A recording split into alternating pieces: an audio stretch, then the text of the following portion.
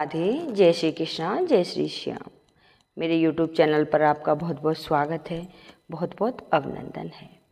तो आज की कथा सोमवती अमावस्या की कथा है।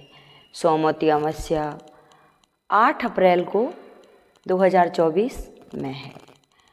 तो कथा प्रारंभ करने से पहले कृपया नए आए हों तो सब्सक्राइब ज़रूर कर लें, नहीं तो एक लाइक तो बनता है। कि एक बार क्या होता है कि एक गरीब परिवार था। उस परिवार में पति पत्नी एवं उसकी एक पुत्री भी थी। उनकी पुत्री समय के गुजरने के साथ साथ धीरे धीरे बड़ी होने लगी। उस पुत्री में बढ़ती उम्र के साथ साथ सभी स्त्री योजित सगुण का विकास हो रहा था। वह कन्या सुंदर, संस्कार एवं गुणवान थी, परंतु गरीब होने के कारण उसका विवाह नहीं हो पा रहा था। एक दिन उस ब्राह्मण के घर एक साधु महाराज पधारे। साधु उस कन्या के सेवा भाव से अत्यधिक प्रसन्न हुए। कन्या को लंबी आयु का आशीर्वाद देते हुए साधु ने कहा कि इस कन्या के हाथ में विवाह योग्य रेखा नहीं है।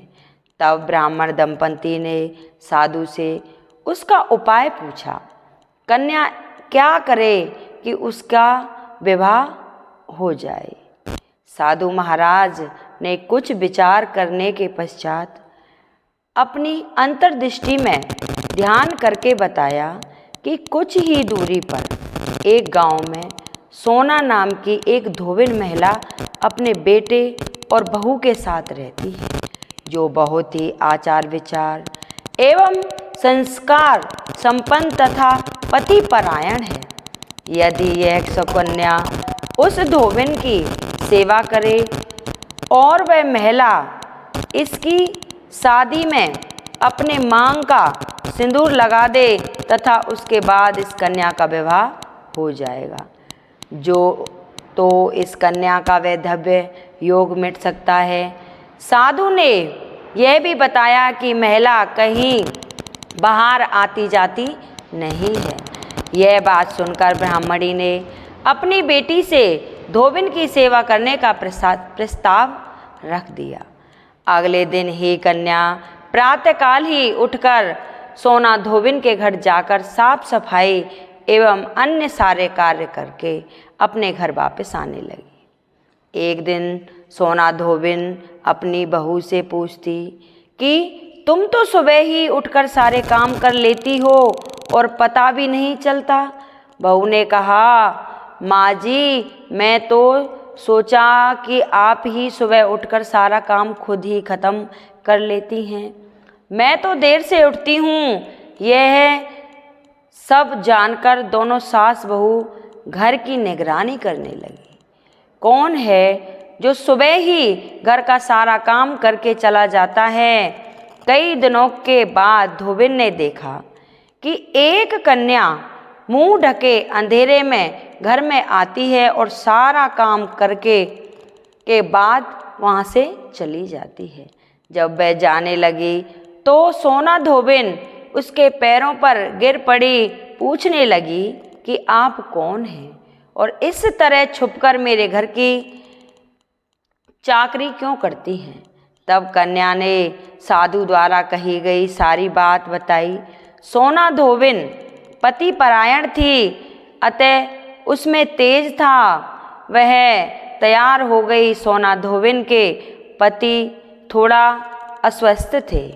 उसने अपनी बहू से अपने लौट आने तक घर पर ही रहने को कहा।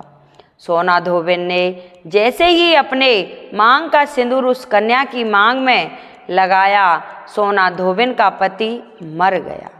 उसे इस बात का पता चल गया कि वह घर से निराजल ही चली थी। यह सोचकर ही रास्ते में कहीं पीपल का पेड़ मिलेगा तो उसे भवरी देकर और उसकी परिक्रमा करके ही जल ग्रहण करेगी।